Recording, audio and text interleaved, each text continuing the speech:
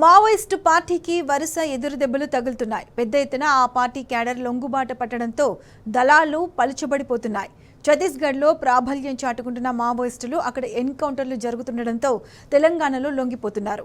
భద్రాద్రి కొత్తగూడెం జిల్లా ఎస్పీ రోహిత్ రాజ్ ఎదుట వరుస లొంగుబాట్లు కొనసాగుతున్నాయి. తాజాగా ఛత్తీస్గఢ్కు చెందిన 17 మంది మావోయిస్టు పార్టీ సభ్యులు భద్రాద్రి కొత్తగూడెం జిల్లా పోలీసులు సిఆర్పీఎఫ్ బలగాల ఎదుట లొంగిపోయారు. వారిలో ఏరియా కమిటీ సభ్యులు, క్యాడర్కు చెందిన 2 కూడా ఉన్నారు. వీరంతా పలు విధ్వంసకర ఘటనలో పాల్గొన్నారు. లొంగిపోయిన వారికి తక్షణ సహాయం కింద 25,000 రూపాయలను చెక్కులను పోలీసులు అందజేశారు. నిషేధిత సిపిఐ మావోయిస్టుకు సంబంధించిన సభ్యులు లొంగిపోవడం జరిగింది.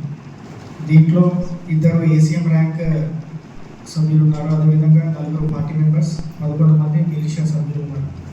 వీళ్ళందరూ కూడా బీజాపూర్, సుక్మా జిల్లాలకు చెందిన హుసూర్, పామెంట్, అదేవిధంగా జగురుగొండ పిఎస్ లిమిట్స్ నివాసస్తులు.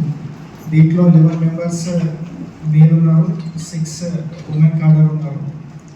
వీళ్ళందరూ కూడా ఈ మిలిషియా మెంబర్స్ 11 మంది కూడా ఎర్రపల్లి, అదేవిధంగా పూజారి కంకేర్, అదేవిధంగా పువ్వర్తి, ధర్మారం ఆర్బీసీలో పనిచేసిన మిలిషియా సభ్యులు.